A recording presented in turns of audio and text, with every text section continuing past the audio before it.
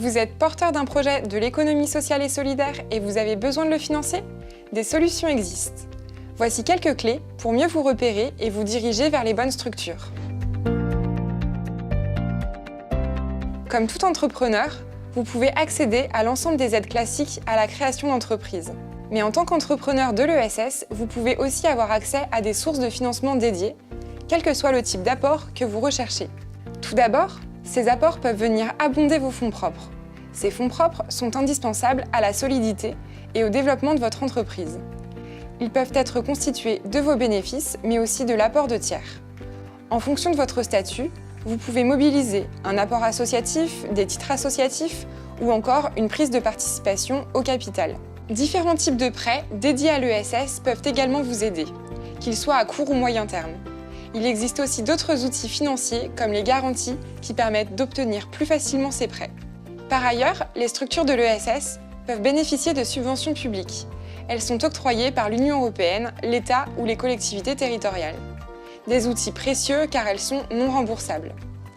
Ensuite, le mécénat financier est apporté par des entreprises, des fondations ou des particuliers. Pour les identifier, soyez notamment en veille sur les concours et les appels à projets. Enfin, une forme de financement se développe depuis quelques années, le financement participatif, aussi appelé crowdfunding. Les plateformes de crowdfunding mobilisent des particuliers pour financer des projets, que ce soit sous forme de dons, de prêts ou encore d'apports en capital. La question principale à se poser, de quel financement avez-vous besoin? C'est en fonction du stade de développement de votre projet que ces besoins seront identifiés.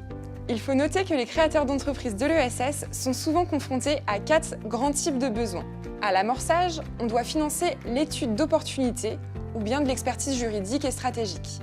Aux yeux des financeurs, le projet n'a pas encore fait ses preuves et c'est compliqué de les convaincre.